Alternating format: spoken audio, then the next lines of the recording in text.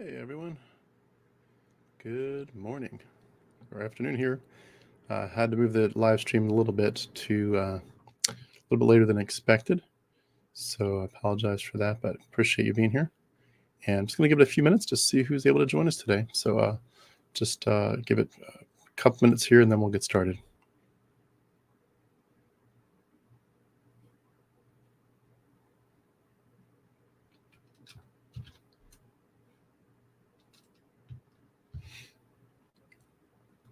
Hope everybody's having a great Friday. Friday's been chaotic as they usually are, as every day is right now, but it's the nature of the beast. But we'll get through it, right? Do our best. Show up big if we can. I hope your day's going well. What do you have planned for the weekend? Anybody have anything fun planned? My weekend's mostly just work, but that's very, very fulfilling to me, and certainly love to be part of the community. So feel free to post while we're waiting for a few more people to join, if you'd like to, what you might be up to this weekend. And again, we'll give it just one more minute and then we'll get started.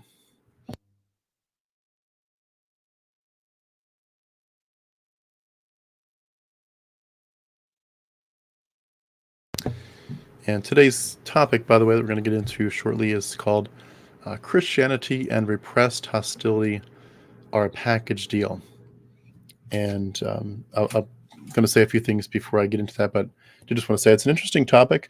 And I hope that what I share today and some other things that sort of come up throughout this interview or throughout this chat, I hope they're helpful to you in terms of just sort of giving you more and more questions to ask about, again, what was done to us when we were going through Christianity. And we've talked a lot about how it's important to see this as something that was actually done to us. And that, part of the healing is figuring out how this whole thing evolved and where it came from and why we were so much in love with our captor. But I really do hope that through all this, that there is some sense you'll have of, being able to think, we're getting the tools now to understand better the pain of what's happened here. So a lot of it's just asking the right questions. And bear with me 1 second here as I'm changing something.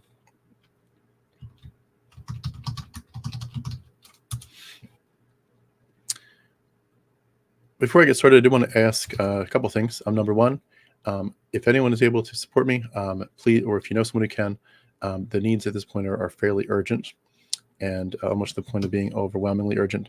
All the ways to support me are beneath this video. I'd appreciate it very much.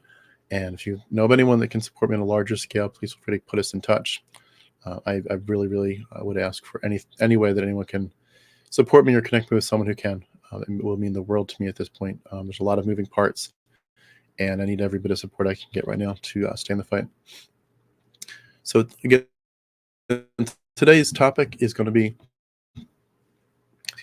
Christianity and repressed hostility are a package deal. Hey, Stephen, great to see you here. Thank you so much for joining. I think about, and what I'm going to talk about today is very much like it's a first pass. Like, we're going to dive into it knowing that there's more to come, knowing that we can probably return to this topic shortly. But I think it's a good place to start. When I think about repressed hostility, I'm thinking about these psychological states where there are these emotions and intense emotions like anger, frustration, and resentment that have become buried instead of being like legitimately expressed or processed. And they often have very deep roots.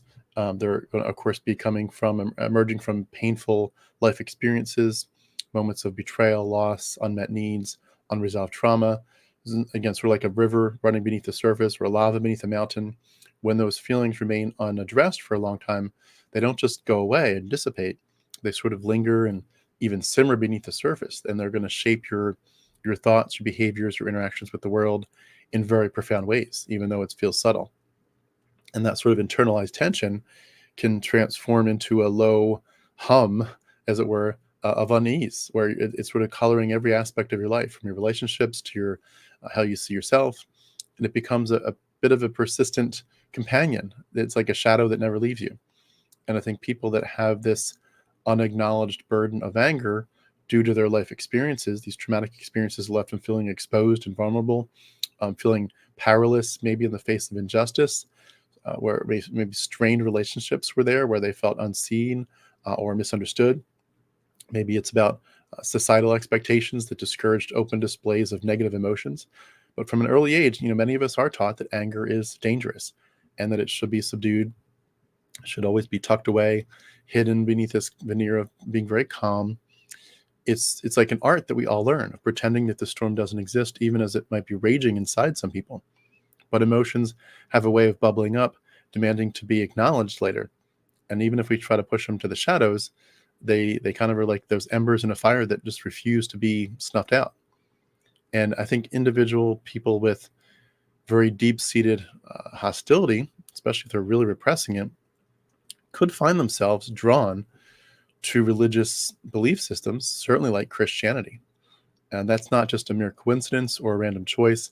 I think it's a reflection of deeper emotional / psychological needs, and a reflection of a search for answers, and an attempt to find a place where these storms going on the inside can find a name and a narrative and maybe a solution of sorts.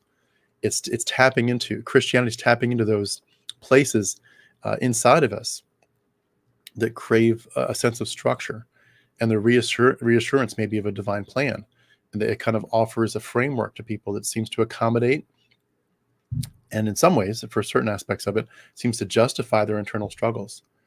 And in the promises of Christianity, there is a space where guilt and shame and fear are going to meet with the possibility of redemption. And that's a powerful magnet for people whose lives are sort of, marked by this unprocessed grief and unprocessed anger. It could kind of be like a light at the end of the dark tunnel, like a promise that there's a purpose behind the pain. Christianity is going to provide for certain people, not just a belief system, but a real refuge, like a sanctuary, a sense of purpose and hope and meaning. And that, I think, can be especially appealing to people who are very burdened by the weight of their own unresolved emotions. Because again, it's offering these pathways for redemption, these channels for expressing intense emotions, intense hopes and losses. And whether you do that through prayer or fervent worship, it creates a narrative that can make sense of the suffering. And I think in that way, excuse me one second. Goes into it. I think in that sense, it can offer people a channel for expressing these emotions. And it's like a narrative that makes sense of the bad things you've gone through in a way that feels personal and real. And I think the religious narratives are giving people like a thread, like a way to thread their pain through this story, to say, I've been through a lot, but it's part of a bigger narrative. There's something bigger going on. God's doing something here. It makes their struggles perhaps feel like part of a cosmic battle instead of just this random occurrence in a universe that's indifferent to them. And it's the promise, is a word, that your tears have not been in vain. And every heartbreak is written into a grander story. And you remember that verse, God will restore the years the locusts have eaten. How many of us quoted that? But I think Christianity's emphasis on radical forgiveness, on divine justice, and the promise of spiritual transformation is like a double-edged sword. It does provide a path to healing and inner peace for some people. It's absolutely going to create a way to make peace with your past in some ways, to find a new sense of identity, especially when you're told that you're beloved, you're chosen. But I do think that for some people, it becomes more of a coping mechanism, very complex, but it's a way to exist in a world where you have these unspoken inner turmoils, and you can live there without necessarily confronting the root causes of the emotional pain. It's like you're placing a Band-Aid over a wound that runs much, much, much, much deeper. We're hiding the pain, but we're not healing it. We're not even necessarily acknowledging it fully. And Christianity can become a place where people can hide their anger behind verses and rituals, and especially when suffering is seen as a virtue, and of course questioning is seen as a threat. It's the art that Christians love to pursue of quieting the storm on the outside while the waves crash on the inside. And so I want to look at two sides of this coin. The first one is, why would people who already have repressed hostility go to Christianity, and then I'm going to look at the other side. Why would people who are in Christianity find themselves dealing with repressed hostility directly because of Christianity? So it's sort of two sides of this equation. But again, we're going to look first at how people with deeply buried hostility and resentment might be drawn in to Christianity, and we're going to talk about the way that the dynamics of Christianity meet their emotional and psychological needs, and keep these unresolved conflicts very hidden, and sort of redirect it. But I think that each of these points I'm going to go through a bunch real quick, but I think each of the points that I'm going to go through here is a place where we're talking about where when you're in it, your faith is meeting, like coming face to face with your fragility as a human. Your emotions, your psychology is very fragile. And we need to admit that, of course, that we're very fragile people, emotionally, physically, etc. But our faith is kind of coming face to face with the hardest parts of our humanness at that point. And this desire for redemption, for some way to find answers, is going to intertwine very, very stealthily with these lingering shadows of these unspoken hurts. It's like there's all these little hidden rooms in our hearts, in our minds, where faith is going to go through all those rooms and become a shelter. And it's also going to become sort of a mirror. It's going to reveal the places where, healing is not going to get there. So anyway, we're going to start with the side of it, just saying, how would people who tend to already have repressed hostility want to get into Christianity? If you're not in it already, if you don't believe, if you haven't been given the altar call and you haven't responded yet, what are people coming to Christianity with? The first one is when people who have repressed hostility hear the strong emphasis on forgiveness. Christianity, of course, places a very high value on that, urging people to receive God's forgiveness as well as to forgive each other, turn the other cheek, that kind of stuff. It emphasizes don't hold grudges, don't seek revenge, but instead respond to any wrongdoing and injustice with compassion and mercy. Of course, that's not all the time. I'm cherry picking verses for this part, but forgiveness is framed as the ultimate path to spiritual freedom, and we're meant to copy Jesus's unconditional love. And I know we say that in quotes, but even when you're faced with deep hurt from someone that you know and love, you can say, well, Christ put up with the worst thing for you. Can't you put up with the worst thing for your loved ones? And we're given this message that the forgiveness is the key. If you just forgive, everything will be okay. And I think it's an ideal, and it can create peace in some cases, but it does come at the cost of neglecting the natural human need to express and process your anger, your grief, and certainly betrayal. It's like you're trying to soothe like a flame of fire. Imagine like you had, or say a birthday cake where you've got like 50 candles, and some smart ass, instead of giving you like one candle, they literally put 50 candles on there, and you're trying so hard to blow it out, and they're trick candles. You just cannot stop it. You can't get these candles to go out. I think the pressure to forgive, especially before you're really emotionally ready, can lead to you suppressing your genuine feelings of hurt and resentment. It can create a big internal divide between what you feel and what you think you should feel. And that constant message that anger is not compatible with spiritual maturity, that becomes your inner conflict. It becomes this voice that sort of keeps whispering, your pain is not worthy of being heard. Just forgive, stop being so bitter. And instead of being encouraged to acknowledge your pain, you as a believer might feel that you have to suppress it because you're trying to maintain like a Christ-like mentality and demeanor. And I think that really can result in furthering your unresolved emotions, where they're just going to fester beneath the surface. It's going to even manifest in passive aggressive behaviors. You might want to withdraw from relationships. You might have distress because this unprocessed anger can really turn into profound bitterness.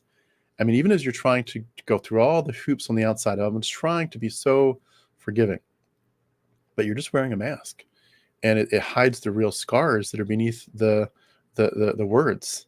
The words you have, grace and mercy and forgiveness, that we can rehearse them all day long, but our hearts, our minds are not a closed book filled with chapters that like no one's allowed to read. It's a book that has to be read and understood.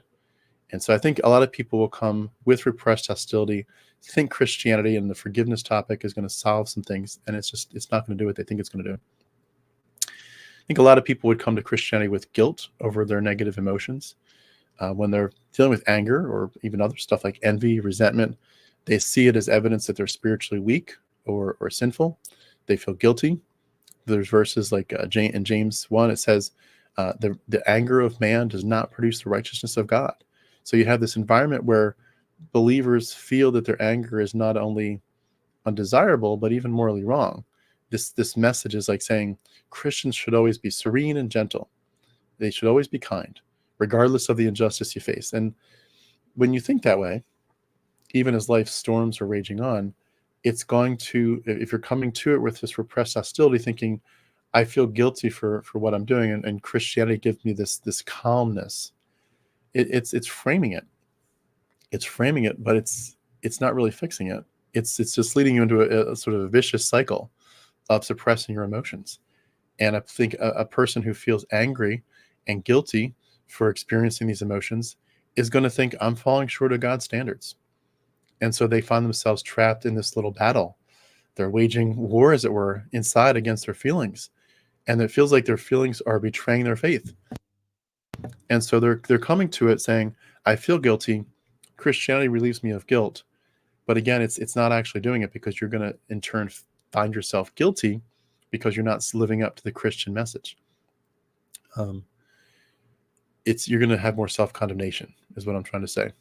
And again, you're going to, in those contexts, people tend to turn this into self-directed hostility.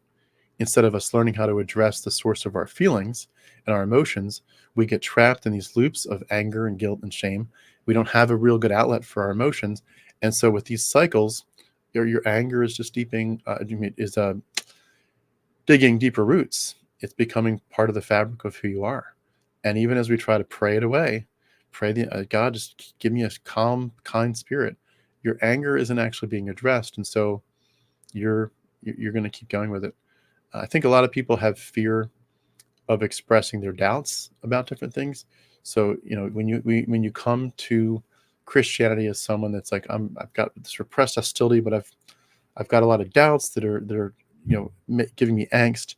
You come to Christianity and you kind of get this sense of like, oh, the doubts aren't really a big deal here. Just have an unwavering trust in God's plan. If you even question God's actions, or you really doubt, you're kind of going against God. You're kind of giving him the middle finger, as it were. You're casting doubt on yourself, are you really a Christian? Would a Christian really doubt that stuff? So the fear of questioning gets intertwined. And then you also have the other fears that sort of go along with it, like the fear of isolation, that like, oh, if I talk about what I'm really thinking, I'll be seen as a doubter and maybe drifting away from Christianity or from the faith. And you don't want to be that the black sheep of the family that's becoming unfaithful to God. So you suppress it. This fear of questioning or doubting creates a barrier to exploring your feelings, especially if it's something intense. And I think a lot of Christians would avoid acknowledging that they're having anger problems, whether it's anger towards God or their circumstances or people. They fear that they're going to get judged by the community, so they have this sort of double life, where inside there's this buildup of this unexpressed emotion, but for the community, they just see I'm doing just fine, and you're internally isolating yourself. When this happens, I think these internal conflicts, it really does become more and more difficult over time to reconcile your outward expressions of faith with your inward life. And it becomes a double life. It becomes a secret burden that you have to carry alone. You smile and you sing the songs, but inside you're hurting. I think a lot of people would come to Christianity as well because it helps them to reframe their anger as a spiritual struggle. We all talked about when we were Christians, the idea of spiritual warfare. We're taught to view negative emotions like anger, maybe even as manifestations of this larger spiritual battle. Maybe even frame it as a demonic attack. Oh, you're so angry, the devil's got you. The devil's tempting you. Ephesians 6 talks about don't fight. Talk about struggles, but it says our fight is not against flesh and blood, but it's against spiritual forces of evil. And these kind of narratives sort of help us create or make some kind of sense of what we're going through inside. And if you can put your struggles in a story and say, this is part of a cosmic drama between good and evil, like, wow, the biggest stage is what this is part of. And it's like you're fighting invisible battles. And I remember I've read those books from Frank Peretti, Piercing the Darkness, or This Present Darkness and Piercing the Darkness. But ideas like that do lead you to think that you're part of a greater war.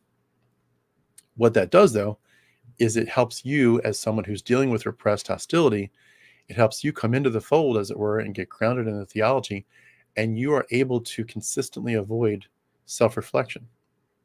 You can all this angst and anger that you might be dealing with, all this hostility, instead of seeing it on the level like it's inside me, I need to talk through it and work through it healthily, you externalize it. This is part of a bigger battle that's going on outside of me.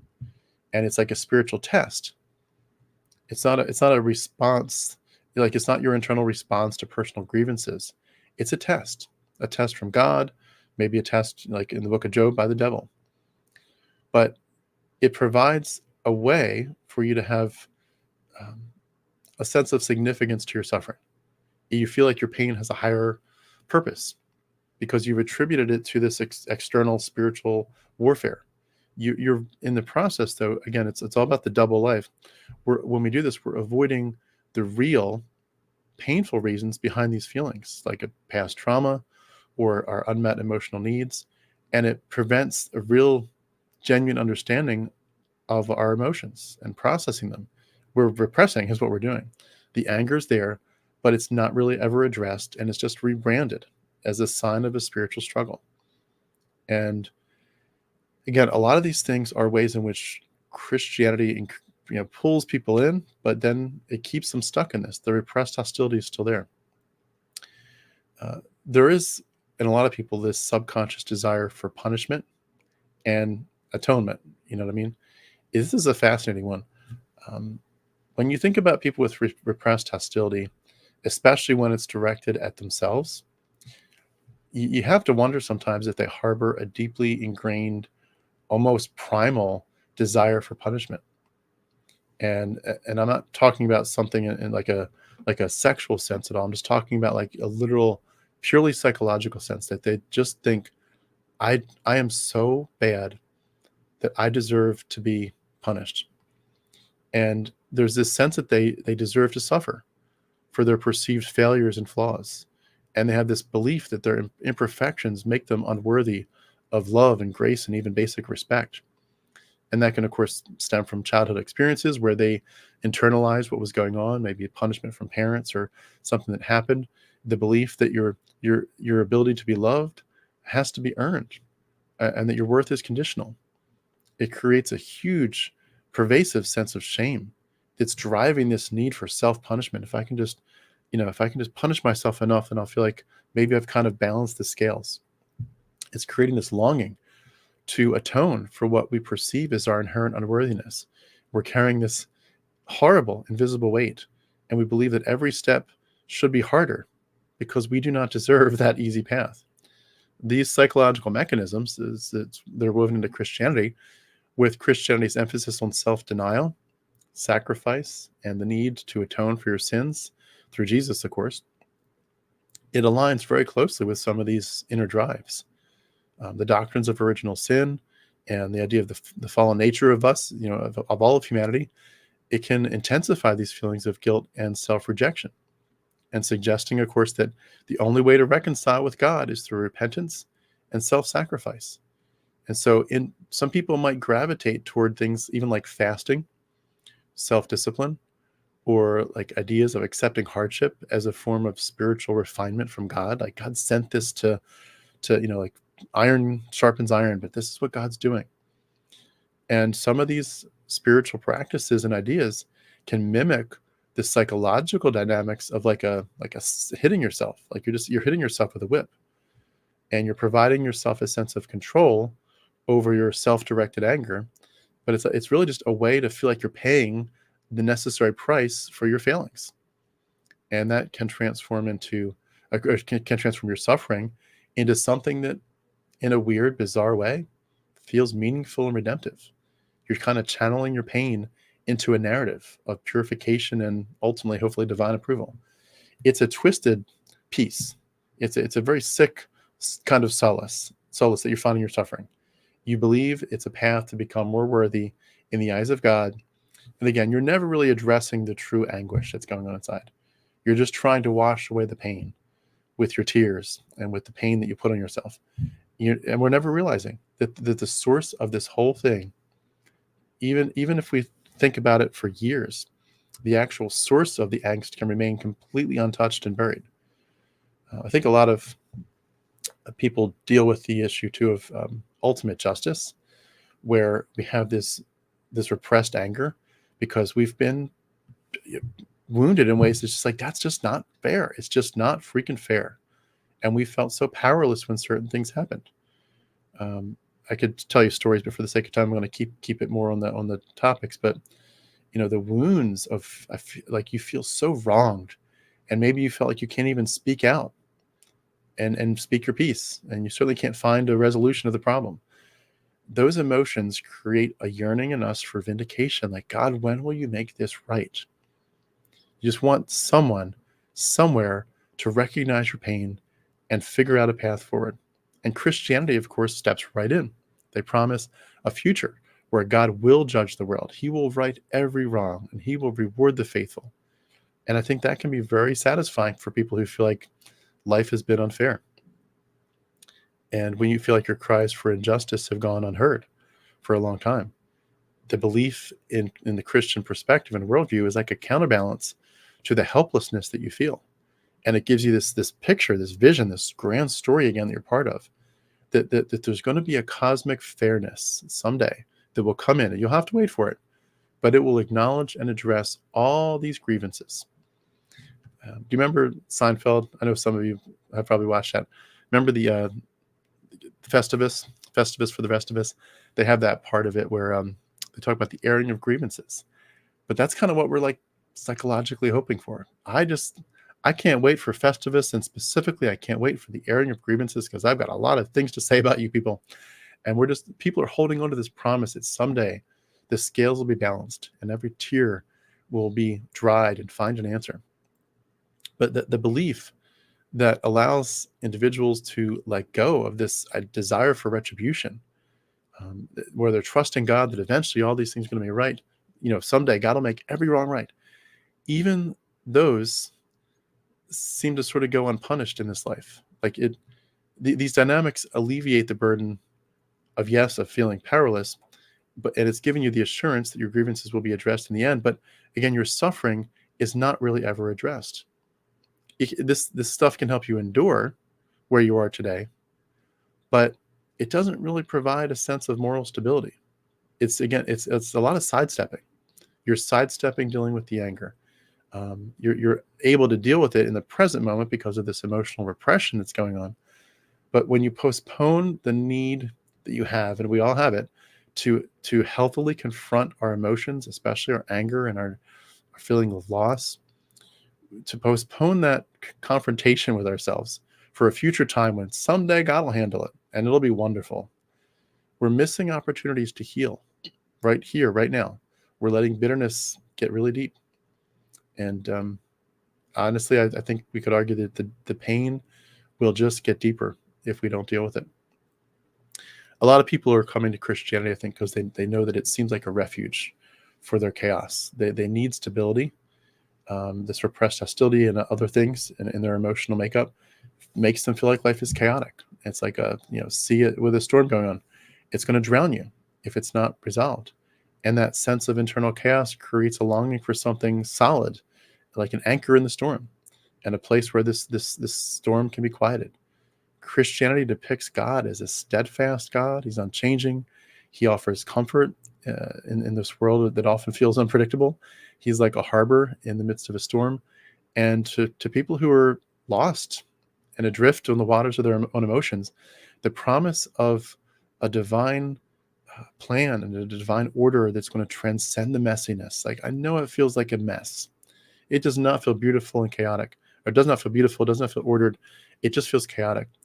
But believe me, God will ground you eventually. He will take care of your emotional upheaval. He will be your lighthouse in the midst of a dark, stormy night. So catch your breath, have calm in the midst of the chaos, just bring it to the foot of the cross. And that's what they're doing. They're saying when you embrace the consistency and the constancy of who God is, of his character, that will be your anchor. That will give you the peace you strive for. He's the same yesterday, today, and forever. The verse, what is it? Hebrews says. And we end up holding very tight to the belief that when everything else shifts around, God is unwavering. He is unmoving. And when we look at the chaos that's inside, the idea of a God who does not change and a God who will mend your broken heart, it's like when you're out freezing cold and you found in the forest and you find friends that have got a warm fire going. It's like, oh, this is so helpful. This is so redeeming. You find comfort that God's plan is unfolding and that someday when it unfolds fully, the chaos will be resolved. But that's not really what's going on. It is creating a soothing feeling, but it is temporary. Again, it's like a bandage over a wound that needs stitches. And you're not addressing the roots of your inner chaos, of your traumas, of your unmet needs. It's going to come back. It's going to come back and it's going to make it worse. I think a lot of people come to Christianity because they want a clear identity. A lot of these are related, but we have this attraction to certainty. That's why we're the fundamentalist perspective is so black and white. We don't like the gray areas. We want certainty. And a lot of people with repressed hostility, I think, end up with this profound confusion about yourself. Like, who am I? You're struggling with feelings that you don't understand, that feel sometimes foreign, but they certainly feel like they're not letting you feel like you're at home within your own mind. You can sometimes feel like an alien in your own body, as if you belong to someone else, or as if there's a stranger inside your skin. And Christianity offers you a clear identity. It says you're simply a child of God. You're a new creation. That can be incredibly appealing.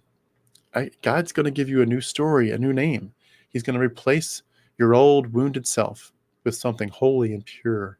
He's going to cover the scars with like a new layer of holiness. But, this is, again, just all these are psychological mechanisms, as it were, of ways that Christianity covers up the surface but doesn't actually resolve it. Yes, it will temporarily help people see themselves possibly in a positive light. And that could even happen even if people have trouble accepting or understanding these emotions. But it's allowing people to cloak themselves in a sense of divine approval. It's like, yeah, God's got it. You're shifting your focus from your internal struggles to an external label. And that feels very affirming. By accepting the role of a redeemed sinner, you are distancing yourself from these haunting ideas that you're a bad person. I mean, you if you can say to yourself, my old self has been washed away by God's grace. It's like the stains have been lifted in the washing machine. You do have a newfound identity, but it's just a mask. And it's hiding the bruises and the hurts and the tenderness that is inside it. It's still there. It's still yearning for acknowledgement. And you're just concealing the tears. When you adopt that identity, you avoid having to grapple with the complex aspects of what's really going on. It's just a mechanism. I think a lot of people come to Christianity because they're trying to avoid personal accountability. People feel overwhelmed with the weight of their own emotions. And when you look at things like the doctrines about being sinful and unworthy, Christianity can sort of provide a sense of relief, and I mean in relief in quotes, by framing your struggle as just part of the normal, almost expected human condition. You are a child of Adam and Eve, right? Well, this is what happens to children of Adam and Eve. And instead of seeing them as personal failings or being flawed, even though that would be part of it, the idea that all of us have done this, we've all sinned, we've all fallen short of the glory of God. We're sort of seeing our imperfections as part of a shared human experience. And it can create a sense of solidarity and almost like a shared brokenness that feels less isolating. It's like you're joining hands with people in the rain. It's like, why are we all out here, in the rain getting soaking wet? But like, yeah, but we're together. I'm not the only one getting wet. I'm not the only one without an umbrella. And it allows people to see their anger and even their resentment as sort of inevitable aspects of your fallen nature. Like, this is just what people like you do. We all do. That we're human. I remember For years, hearing people talk about the idea of certain people from certain countries. Like I worked for an Italian guy, and he used to say, "That's just what we do. We're Italians. We just yell at each other. F you, f this. Just that's what we do. And then we love each other. We give each other a hug 10 minutes later, and it's all gone." You listen to him as an outsider and think you guys are never going to talk again. Like you completely killed the relationship with your own friend or family member, and 10 minutes later they're hugging and they're so happy. That's the way I heard him describe it. But you just kind of say, this is just what we do. This is what we do. We have these feelings. It's a way of escapism, of getting into escapism, where you can have these masks without having to actually dig through the layers of your own history. It's like you can view your anger as a symptom of a larger spiritual struggle instead of something that might stem from specific experiences or traumas. Yeah, it can ease the pressure for a little bit on the outside, but it's not really fixing anything. It's not. When your anger or your emotional angst becomes part of a larger story in your head, it fixes it temporarily, but you have to eventually come full circle to the reality of saying, there is a deeply personal and painful part of my story that this is not addressing. And yeah, I can temporarily blend my pain into the background, into the noise of our general human frailty, and that helps me avoid the vulnerability of facing what's going on. But this comfortable anonymity is not actually fixing anything. It's taking the weight away, but the issues are still there, right beneath the surface. I think a lot of people come to Christianity because they're longing for control. A lot of people really do feel like when they have these repressed hostilities inside, it's because they just so much is they can't control what happened to them, and they feel like they want to fix it, but they can't control either the fix or the original problem or the fix. It's just all out of our control. There's nothing you can do, and it sort of feels like you're so upset about it that you could just burst out at any point. And then some people do have impulsive actions and thoughts that they just can't seem to contain. And then Christianity comes right in and, like a knight in shining armor, and emphasizes self-control, the fruit of the spirit. We'll give you a sense of mastery over your mind and heart. We'll help you understand your emotions aren't a wild horse, and you can tame them through God's promise, through God's strength. And we'll give you a sense of safety over yourself. Yourself is so sinful anyway. Let us help you understand the way that God wants to rein in those feelings. And maybe you focus on spiritual disciplines or some other way to impose control over your inner turmoil. But you're just channeling your emotions into these practices that, yeah, they align with their faith, like prayer and fasting. But as you try to tame these parts of yourself, it helps you, again, temporarily, because you feel like you're actively working against your pain, but it's not addressing the root. It's not putting out the actual fire. I think a lot of people have a need to come to Christianity because they have a need to be chosen or special. People with repressed anger, I think they often feel this deep sense of rejection. I'm not worthy. Maybe they carry old wounds from relationships where they felt invisible or judged or misunderstood. And when Christianity comes in and says, you are loved by God, you are chosen, that can make a huge counter-argument to those feelings. This divine affirmation, it feels like, wow, God is like whispering in your ear, I love you, I picked you. Let's reframe your story and make sure we keep it front and center. I love you, and I'm going to take you to the end. It's going to be okay. You're mine. You're in my family. You matter. That's what a lot of us are really struggling with. Do I even matter in this world? And when people feel devalued and insignificant, and somebody comes along and says, I've got an entire worldview message that will make you feel very valued and significant, it will be the true antidote to all of these feelings of inadequacy that you have inside.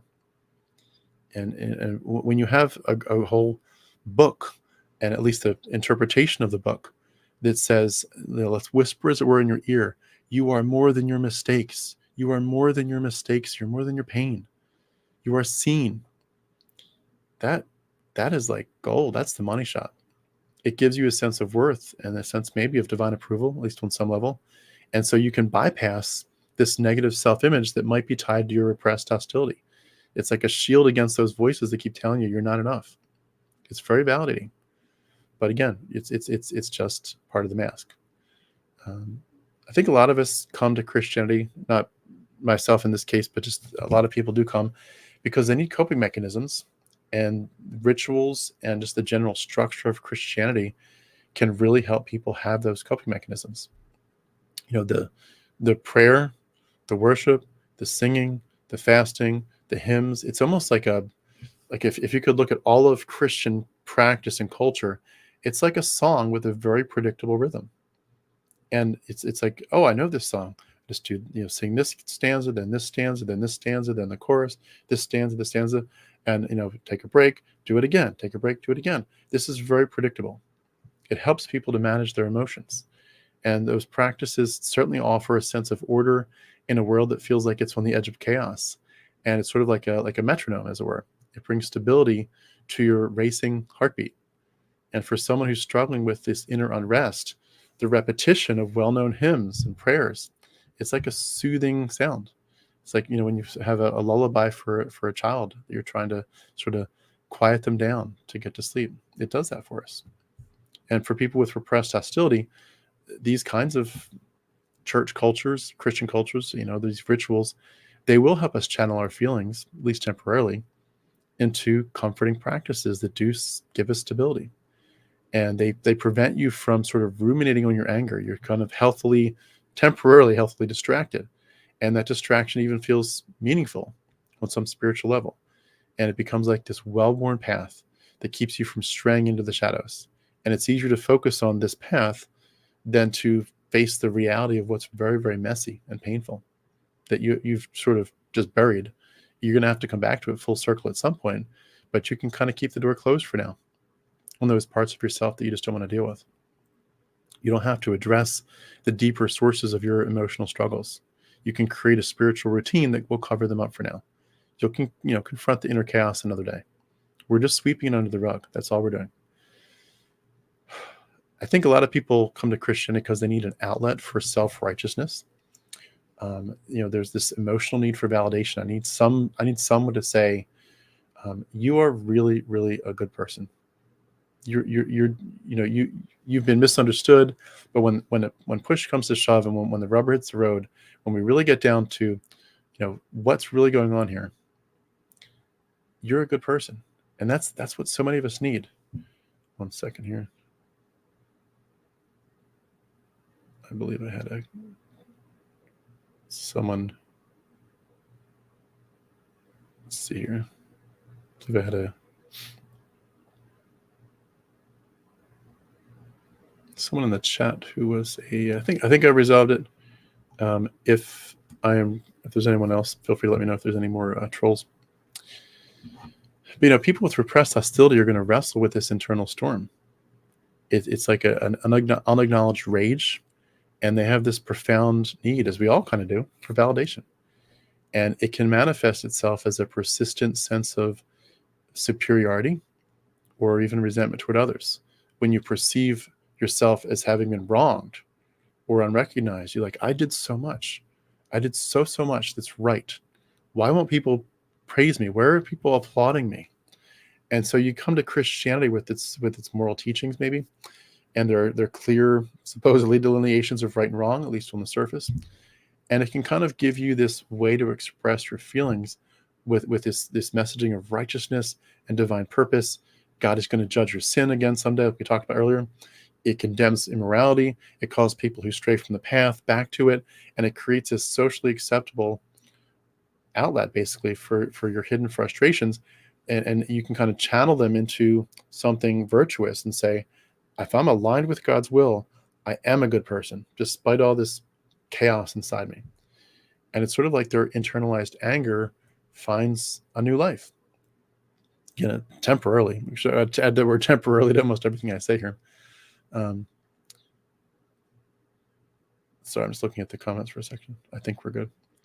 But, it's sort of like it's transforming into a crusade against the perceived wrongdoing that made you have the repressed hostility in the first place. When you have the authority of divine law as a shield, and you can sort of wrap yourself in the cloak of righteousness, you believe you're doing God's work, you can kind of ignore the rest of it, because you've now got this facade of like, I'm on the right side, I'm on the right team, I'm on team righteousness. It can help you channel your judgmental attitudes. So like, look, I'm on team righteousness and everyone else is not. I am the good guy, you all are the bad guys. And all of my concerns, all of my perceptions, like I want to feel legitimate, I want to feel like I've got a higher purpose. All this hostility inside, you can, time after time, you can reframe it as just, I am just committed to God's truth. I'm speaking the truth in love, sometimes in love, but I'm just speaking the truth. And I know some people, including pastors, when you listen to them, when you listen to pastors preach, you just think to yourself, you are so angry. You have so much anger in the way you talk to the congregation in public, on a recorded video. You know, your guy in the back's, recording it for people to watch later. You are willing to put your anger on full display and act as if it's completely acceptable, because they're seeing themselves, as it were, as guardians of this divine standard. And they believe that criticizing others is not an expression of bitterness, it's a reflection of God's righteous demands. And it allows them to express their resentment sort of directly / indirectly. You focus on the faults and the sins of others, and you never have to acknowledge that part of the reason that you feel like you want to scream and shout is because you have hostility deep inside. And you sound like you're just a fierce defender of the faith. I'm wielding scripture like a sword. Instead, you're just hiding the wounds of your own past. That's all you're doing. You're just hiding. I think a lot of people come to Christianity because they do want to improve themselves. Maybe even they would say perfection, but they would at least say, I want to get better. Some people are coming to Christianity saying, as it were, I feel deeply dissatisfied with myself. My self-criticism is off the charts. I'm very, very upset with myself. I am burdened. I'm haunted by my shortcomings. And so they're going to get drawn to Christianity's message of sanctification, becoming more like Christ, more pure, a new creation. God's going to turn the old into something new. And when you have this gnawing sense of you're never good enough, then you're going to find the appeal pretty, amazing. People who are otherwise angry with themselves, they're going to see this vision of transformation. They can kind of just say a prayer, push the button, and they immediately shed their flawed, unworthy self and replace it with something holy. And they're reaching for that distant ideal. Just, if I can just be good enough, I'll finally be fulfilled in some way. And they have this promise, short term, but also long term, that God's going to continue to refine you. These trials of spiritual growth are going to take away your imperfections, and eventually you will truly be mature and even perfect. Your imperfections are not something to be accepted, they're something to overcome. It's, again, this is all part of their mechanisms, but the promise of a gradual transformation is going to give people a tangible goal to strive for. It's going to channel all this frustration into just saying, this is my goal now, spiritual growth. And my struggle is temporary. I can win in the end. And I have hope that all this angst can be refined into something joyful and holy. I just have to focus. Be Christ-like. Be Christ-like. That is my purpose. And again, in all this struggle for self-improvement or perfectionism, it's just a trap. It keeps you fixated on achieving a spiritual ideal without addressing the underlying pain that's driving you toward this desire for change. Your effort to protect yourself can basically become a form of self-criticism disguised as devotion. It's a way of punishing yourself for the parts of yourself that you think are unworthy. And the deeper wounds that need love and acceptance still remain untouched. Still. I think a lot of people come to Christianity because they are longing for a father figure. There are people who have a true, like a repressed hostility that's stemming from strained or absent relationships with an authority figure, such as parents. I mean, like I said, father figure, it could be mother figure, but your sense of, I need to have a close relationship with my parents. You have these unmet needs from childhood. You longed for validation and love and approval, and perhaps didn't get it when you most needed it. And that left very deep scars that some of us carry into adulthood. And I know I certainly struggle with that. My own father told me several times, he said, "I wish you'd never been born, Tim. Tim, I wish you'd never been born." Those scars are real. Christianity comes along and depicts God as this loving, authoritative figure. And I know, again, I'm cherry picking verses here. There's other verses where he's quite different. But the way that it's described in traditional evangelicalism, it can fulfill that need for a stable parental presence, where like you need the security, you need the unconditional love, and you cling to the image of a father who will never walk away, who promises to hold you in the palm of his hand. And even when the world feels cold and indifferent, he'll be there, and he will never leave you or forsake you. He will be your comfort. And other people can abandon you. You can feel unseen by other people, but he will not abandon you. He will always see you. It's just a mechanism, just a part of the game. Their relationship with God as their father allows them to transfer their unresolved feelings and their unresolved repressed hostility toward a human person, and instead transfer it to a divine person. And it makes them feel more secure, makes the situation feel sort of idealized. You have this sense of stability. You have this new idea that there's a perfect, all-knowing parent. My human parent let me down. They may have even really messed me up, but my real parent in heaven, he will never let me down. And he can almost absorb all the pain, and he can sort of guide me through life's hardships, because I've reframed my struggle with authority, my authority figure, my parents, in a way that feels so comforting. That is, again, just repressing it. It's preventing people from confronting the original source of their resentment. And when they turn to God, they're not seeking just a God. They're seeking a surrogate for their parent who could not provide the love and affirmation that they craved as kids. And you're just bypassing the painful process of reconciling with the failures of your earthly parents. And you're replacing the difficult emotional work, the angst and the pain and the healing, with this idealized relationship that's offered by Christianity. And it's just, you lead yourself to be dependent on the idea of divine approval. And that makes it very difficult to truly process your anger toward your human family who have disappointed you and hurt you, because you've just transferred it all. You've put a mask on. Everything's okay now. My sky daddy's taking care of it all. And he hasn't. He can't, because he's not there. I think a lot of people come to Christianity because they've been through suffering, and they're trying to find meaning in it. The idea of people, again, with repressed hostility or anger, they often feel, I think, a deep sense of sorrow or frustration that they can't really articulate. Their pain feels like a weight that they have to carry alone, like a burden that's pressing against them. They can't necessarily find words for it, but they know they're suffering and they're in pain, and they just want somebody to come along and say, I can make sense of this for you. Christianity, of course, by leaps and bounds, comes along and says, we've got a narrative. The narrative of sacrifice and suffering will absolutely provide a framework that will make sense of your pain, and will give you language that gives meaning to your struggles. The story of Christ, especially with Jesus's suffering on the cross, his death and resurrection, all the pain, the actual cross, the beatings, the whippings, the Garden of Gethsemane.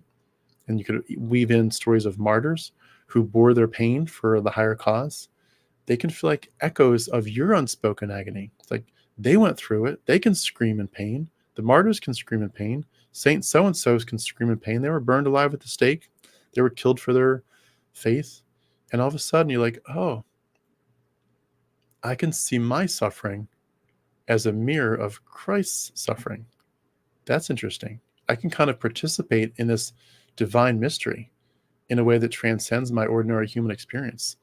The tears, as it were, are kind of counted by God, as that one verse says. My pain is very seen by God. And there's a sense in which I'm part of something much larger than my little suffering situation. When you believe that your suffering has a higher purpose, and you're seeing your experience through this lens of spiritual significance, it can temporarily make you feel less purposeless, make the pain feel less random. Every moment of despair gets woven into a larger story of redemption. It is a way of coping. And I want to acknowledge that some of these, for some people, this is with them not being able to perhaps grasp the implications of atheism at that time when they were in it. I think this sort of provided exactly what they needed at that time. And I don't want to necessarily knock every bit of it, because for some people, even though it's a huge crutch, they kind of needed it, because they just couldn't find any other way to survive emotionally, dealing with the abandonment and the abuse and their unmet needs. They needed a very powerful sense of comfort. They needed to feel that their pain was not wasted, and that there's some kind of meaning in this world through it all. And the problem, again, it's a lot of problems, but I'm going to go back to the same outcome. It's preventing you from seeking help and healing. And it's leading you to accept suffering as a necessary part of your life's path, instead of a signal that maybe something's wrong. And you kind of become like a bird with broken wings. You're still trying to fly. You may be a bird with a broken beak. You're still trying to sing bird songs. And somehow you believe that even though your wings are broken and you can't sing right as a bird, that it's somehow sweeter by the pain that's holding you down from flying and keeping you from singing your old songs. It sort of becomes a justification for remaining in unhealthy situations, or for not dealing with the pain of one that already occurred in his past. You believe that to endure is to grow closer to God. And even as this unaddressed trauma continues, you feel some kind of sense of it's okay. It's okay. But it's not okay. Many of you know what I'm talking about. A lot of people, I think, come to Christianity because they're sort of looking for guidance and direction. They're caught, again, in this maze of feelings. This is sort of related to some of the other ones, but they want some kind of sense of, I'm in a labyrinth. I'm in a maze. I'm in darkness. I'm in confusion. How do I move past it? So Christianity becomes this anchor in the midst of your chaos. I think a lot of people come to Christianity because they are attracted to the absolutism. I talked about that a little bit before, but they love feeling like I've got this framework. It's very rigid, but it tethers me down. I'm so tired of the chaos. A lot of people come to Christianity because they're looking for safety, maybe a safe space to express their inner being, and as well as their devotion. When people who repress their anger struggle with these intense emotions, and they feel like there's just this dam inside, it's being held back by this wall, but there's a flood that's going to come at any point. It's going to sweep everything away. When Christianity comes in and it says, let's just focus on worship and devotion to God, you create this space where your emotions sort of find a temporary voice. In the safety of worship, especially group worship, you can kind of cry out to God, let your tears flow, and it feels sacred, it feels safe. And the rituals come along, the prayers, the singing, the sanctuary, the building itself. It's a place where you can let your guard down. It feels safe, even just for a moment. You can pour out your hearts without fear of judgment, and your cry sort of blends with the chorus of other people who are there doing the same thing. It's temporary. It's a mechanism, but it's burying stuff. It's like a release valve for your emotions. It allows you to vent in a context that feels safe, but the underlying hostility is remaining there unprocessed. It's completely unprocessed. I think a lot of people in this whole thing, they're looking for answers. They're looking for transformation. They're looking to be someone different. They're looking for the safety. They're looking for a new version of themselves. They're looking for the redemption. They're looking for the power. They're looking for the change of the past to not be so critically wrapped up in them. And when you focus on escaping from your past instead of understanding it, in this desire to become new, you sort of leave behind a part of yourself that still needs healing. And the memories that are so painful, that need to be held with tenderness, they can't be erased. They're still there. They need to be addressed with tenderness. This pursuit of transformation and redemption can become a bit of a flight from reality. And the parts of your story that still ache are there. It becomes a way to run from the hurt instead of sitting with it and letting it teach you. Yeah, it does offer a vision of change, but it's at the cost of true self-acceptance, and it keeps you forever reaching for a version of yourself that is yet to come and I would argue not realistic. It's like you're always chasing the horizon, always believing that peace is just over the next rise, but you never quite get there. That took a little longer than I thought, but wanted to kind of wrap up with the other side of this coin of if that's the stuff that's leading people into Christianity, if that's the stuff that's saying, how does Christianity assuage my my existing repressed hostility? I was hurt by this, I was wounded by that, I was angry at this, the injustice of that. Oh, here comes Christianity with its narratives. That kind of gives me peace in the storm. Well, now you're in it, and you think that you've addressed your hostility, your repressed hostility. Is there any way in which Christianity itself is going to also lead to further hostility? And what I'm referring to, in one sense, is not just the obvious, well, you didn't fix the problem, you just buried it. So that what you came into Christianity with is still there. It's going to come out. That's a piece of this, and we'll touch on it probably a little bit. But I'm referring to, what is it about Christianity specifically that could lead people to feel like they have repressed hostility? I think one of them is this emphasis on forgiveness. And we talked about it before, but I'm going to flip the coin again. Some of these are going to feel like we're flipping the coin, but Christianity, of course, does place a very high value on forgiveness. It says, turn the other cheek. Don't hold a grudge. Don't seek revenge. Instead, focus on mercy and compassion. Forgiveness is this wonderful divine ideal that rises above human pettiness. And it can create peace. It certainly can. But it ignores the natural human need to express and process your anger and feelings. Again, it's the same idea. You're covering the wound up with a Band-Aid, but it needs surgery. It looks better, perhaps, but underneath it's going to fester and get worse.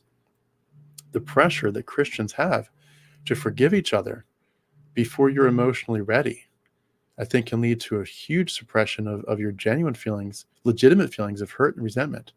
And instead of us being encouraged to acknowledge your pain, you feel like you have to suppress that to maintain a Christ-like demeanor. You have to put on the mask. And, your turmoil, no, just keep smiling. Those unresolved emotions are still beneath the surface. And I think it can eventually come out in things like passive-aggressive behavior, and just things like that, where your deep-seated bitterness is still there. It's going to cause you distress. It's amazing. I think of the idea of like a vase that's cracked, and you could sort of super glue it together. And if a child did it, especially where they're like maybe they're not using super glue, they're using some kind of cheap school glue, and I broke the vase, but I glued it back together, it's all fine. And then they put water in it, put the flour back in, like, I can still see the water coming out, like, you didn't fix it. It reminds me of what we're doing here. I think Christianity can really help, or not help in a good sense, but it can further repressed hostility by giving you guilt over negative emotions. Many Christians are taught that emotions like anger or envy or resentment, they're just evidence of your spiritual weakness and your sinfulness. The environments that we have in these churches, where we as believers are told that your anger is not just undesirable, but it's potentially morally wrong. Your anger marks you as a failure in your spiritual walk with Christ. You cannot fall at the foot of the cross and say, God, be merciful to me, a sinner, and understand how bad you are and how great his mercy is, and then go be angry at the guy next door. We had those parables even where God was like, hey, I forgave you $1 trillion and you won't forgive this guy for $100.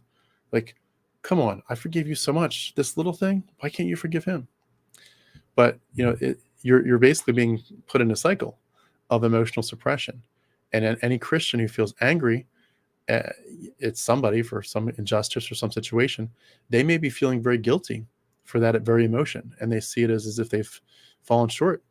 And it adds another layer of self-condemnation to their existing anger. They might already be kind of condemning themselves, but now they're condemning themselves even more because they're angry about it. It's like this cycle of layers of self-directed hostility. Your heart's become such a battlefield. And again, you become both the accuser and the accused. Instead of learning how to address the source of these issues and maybe getting professional help if necessary, but whatever that healthiness looks like, you get trapped in a loop of anger and guilt and shame. and you don't have a healthy outlet for the emotions. You're carrying such a heavy weight. Christianity, I think, can certainly encourage repressed hostility because of the fear that it gives us of expressing our doubts. When Christians say, you have to have unwavering trust in God. When you express your doubt, or maybe you voice anger at perceived injustice, it could be seen as a lack of faith. Like, why are you angry? Don't you believe God's going to make this right in the end? Like, don't you think God can take care of this? Really? God can make the universe, but he can't take care of that problem? The gaslighting just, goes off the charts at that point. But you feel like you're sort of on a tightrope, and you wonder, am I gonna lose my place even in how people see me if I express what I'm really thinking inside? And I'm talking, of course, today about repressed hostility that transcends this conversation. And you can talk about almost anything about normal human experience and say, if I'm just honest about what's going on, whether it's erotic thoughts or something else, is like you can make a huge list of things and say you can't be yourself in Christianity. You have to find the party line and just repeat it, and they'll like you, they'll accept you then. But the fear of questioning can create a really big barrier to people exploring their own feelings. And maybe you're even angry about God. You say, God, I'm angry at you. I'm not angry at my parents. I'm not angry at some situation. I'm not angry at my health. I'm angry at you. You bleepity bleep bleep God. How dare you? And the circumstances, God, that you put me in, that's not fair. But you fear the spiritual consequences of saying that. Like, I can't say that to God. He's God. He's the judge. He's the king. I don't dare talk to him that way. So you put on the mask.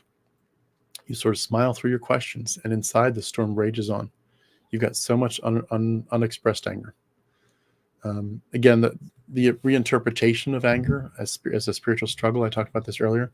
But when you're in it and they keep reframing everything as spiritual warfare, you're part of a battle. You're fighting against demons and not against flesh and blood. It sort of creates a chance for you to avoid reflecting on yourself and thinking about what's going on inside of you. You're constantly reframing it. You're constantly externalizing it. If this is part of something that's outside of me, this is not about what's inside. It's another way of burying it. And when the battle is seen as always outside and never inside your own mind, when it's always external, when there's spiritual causes, you find ways to avoid facing the real battle, the painful reasons that are behind your feelings, such as traumas. It prevents a very real understanding, a genuine processing of our emotions, and that in turn leads to more and more repression. The anger is never addressed. I think just a couple of last thoughts here, and then we'll wrap up. Righteous indignation. That's one that we touched on briefly before, but I want to talk about it in a little different sense here. But Christian doctrine does provide room for this idea of righteous anger. You can be angry at the moral failings of society, of society's sins. We see Jesus in John chapter 2 driving the money changers out of the temple, and it's like, that's justified. I am justified by being angry at people. It's like a holy fire that's, God is going to purify things, but how does he purify them? By sending a fire through everything. And that's a very, very Zoroastrian perspective, and that's probably where they got it. But fire is going to come and burn up everything, and the only thing that remains, the pure things, the good things, are going to be what goes into heaven and so forth. But you're allowed to have righteous wrath. You're allowed to channel your emotions into something that's divinely sanctioned. Where it is a badge of your spiritual commitment. You should be angry at the world for not doing it God's way.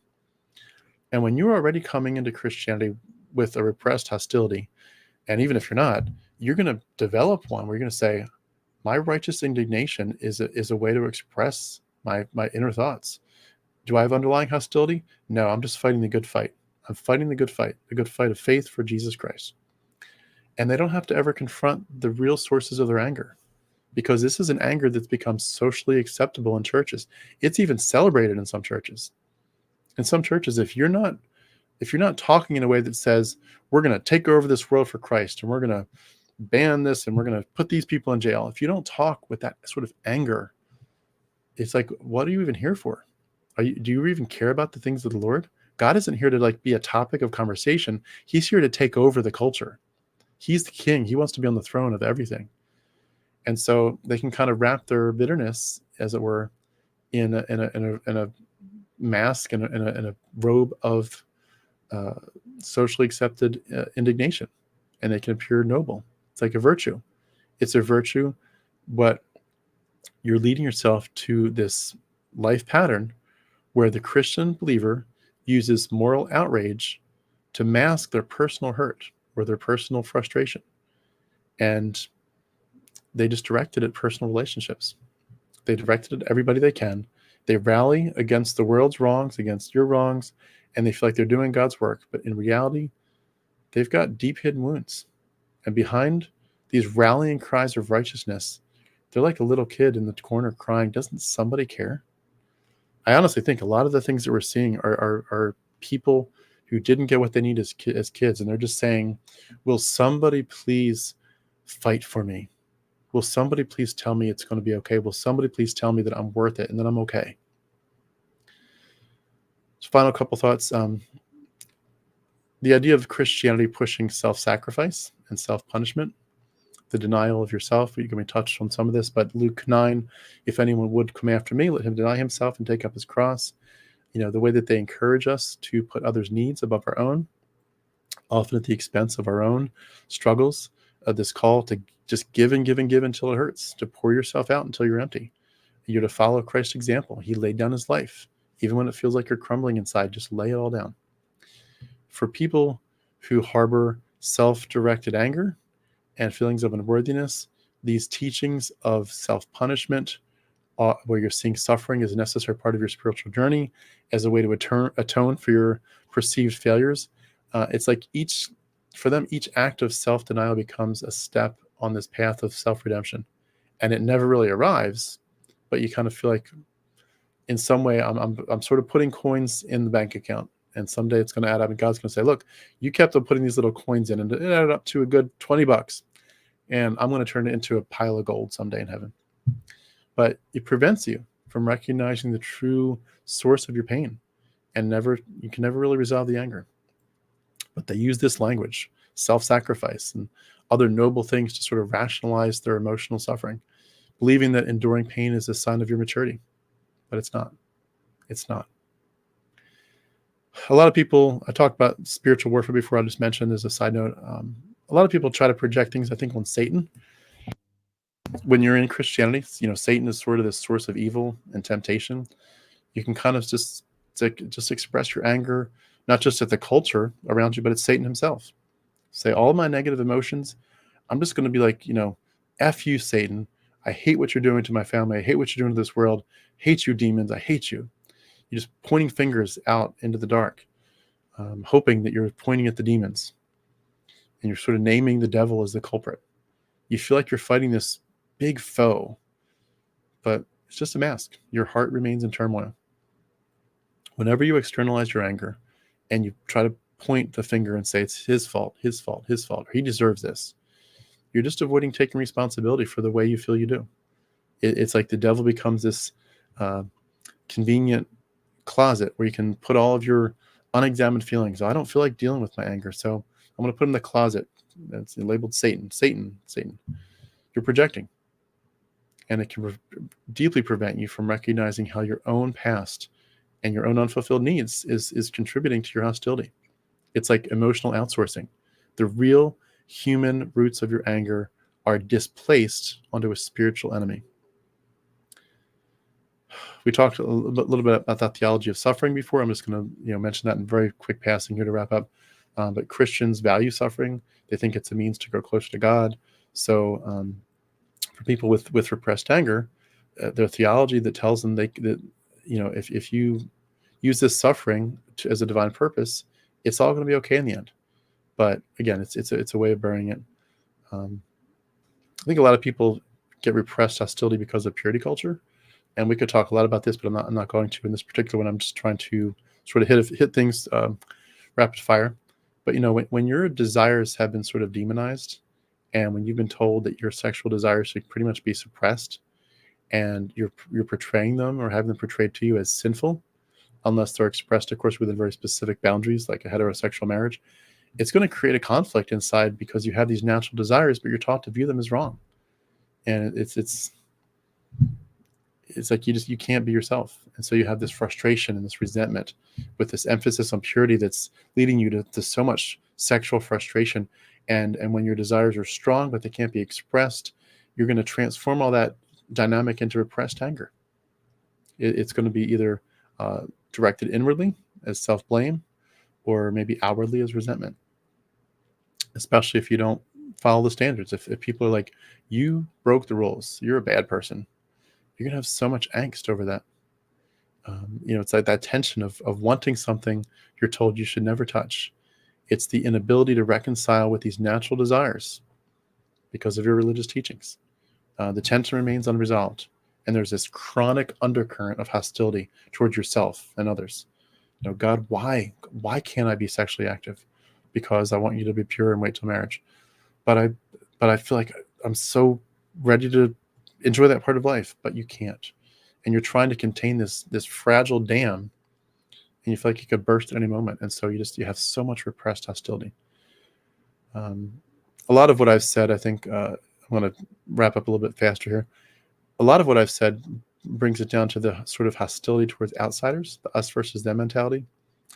When you have this big distinction between Christians and non-Christians, the world is so dangerous. Its influences, remain separate from the world and the things in the world. When you have that, you have all this repressed anger, this social division, and you're like, I'm angry at the people who aren't Christians. I'm angry at the people who aren't Christians in my denomination.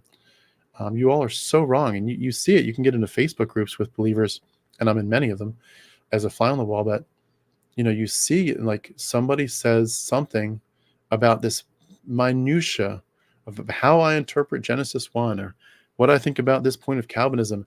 And you see the other Christians just jump on that person with so much anger.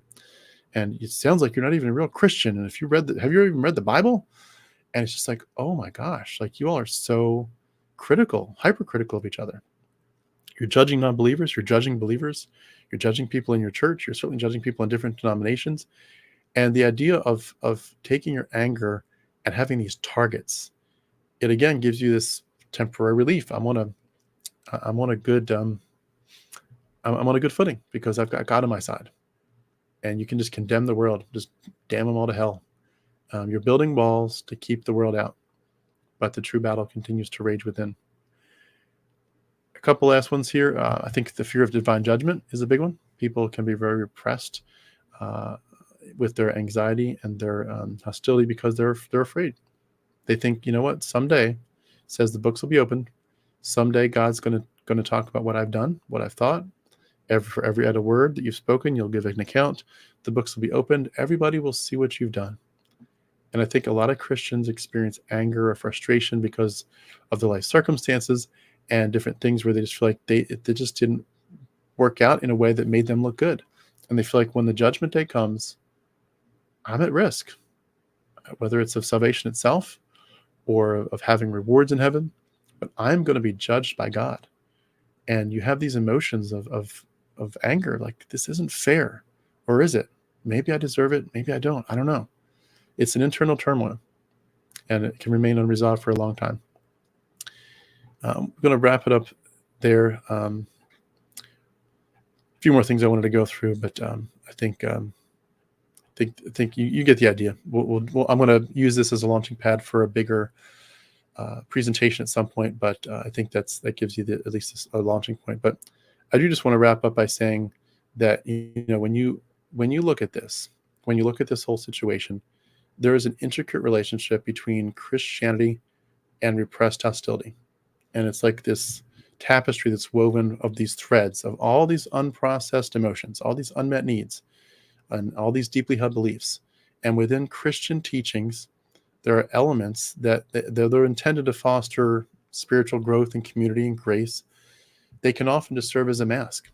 They're just perpetuating these underlying emotional struggles and concepts like forgiveness, self-denial, suppression of your desires. They're meant to guide you as a Christian towards spiritual maturity, but they create this pressure to bury your feelings that are just too raw or too difficult.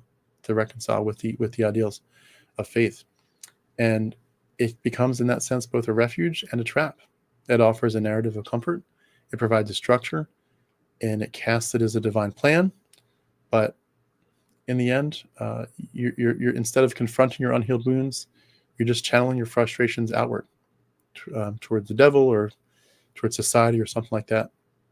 And I think it gets further complicated by the role that the community has when they reinforce this, when they're emphasizing your unworthiness, when you're under fear of divine judgment. You're going to internalize so many feelings of guilt. And in the end, you realize when you escape Christianity, I have just only scratched the surface of what's really going on. Your faith was a place to hide pain. It wasn't a place to heal from it. And you have to turn this search for spiritual peace, as it were, into a battle to be honest with these shadows of your own unaddressed wounds. When we really explore our hostility that's inside, and I hope some of you aren't dealing with any hostility on a significant level where you feel like you're going to actually go hurt somebody, but just that angst of like, life just doesn't feel good. Life doesn't feel right. When you look at how the repressed hostility and Christianity intersect, and you understand this delicate balance that's happening where faith is supposed to be a comfort, but it actually is a shield against honesty and vulnerability, you find that true healing is going to require courage. The courage to step beyond those comforting structures, the courage to face the deeper emotional currents that are going on inside your heart and your mind, acknowledge the grief, acknowledge the anger, acknowledge the unmet needs, acknowledge the past, the actual situations of what happened. I think only then, when we really deal with them face to face, head on, can we escape the way that this journey of faith became, not just a way to endure suffering, but instead we can say this took us away from true transformation. It took us away from inner peace. And when we leave Christianity, we now have a real shot at real transformation. We don't need these masks anymore. The inner peace is not the peace of God, of a God from ancient Canaan. It's not the peace of a blood magic death cult. The peace that we're looking for is the peace of actually dealing with our unresolved conflicts from childhood and from other parts of life. And when we do that for real, not with all these masks, when we do it for real, we finally have an actual shot at a place of peace inside. The peace that passes all understanding, maybe not, but certainly a lot better peace than they gave us. The peace that Christianity gives us is false. I hope that within the mix of all the things I say on this channel, that's the kind of implied message. The peace that Christianity offers is a false peace. It really is. And Christianity attracts people who have repressed hostility, and it creates more repressed hostility, in my opinion. We're going to talk tonight. Here's a wrap up. Unless I change the timing of it, the schedule, but we're going to continue this topic, but we're going to focus really specifically on one little item, one little part of it. It's the idea of physical discipline of children, spanking, as it were, and the related things. What is the connection between Christianity's repressed hostility and the way that it leads Christian parents to think that they should physically hit their children? Is there a connection? And I'm sure you can guess what I'm going to say to that in my live stream later. But do come back for that if you can. Again, I may move it to tomorrow or the next day. But when you see it, if you're interested in this topic, I think that's an interesting subtopic to dive into, and I think it's worth a look. But I will be arguing that Christians are hitting their kids, and they're going to say, well, we're hitting our kids because we have to get the sin out of them, or God told us to. But in reality, there's a lot of repressed hostility that's driving them to do this, and it's one of the saddest parts of this. It really is. Anyway, thank you all so much for joining me today for this one, and we'll be in touch soon.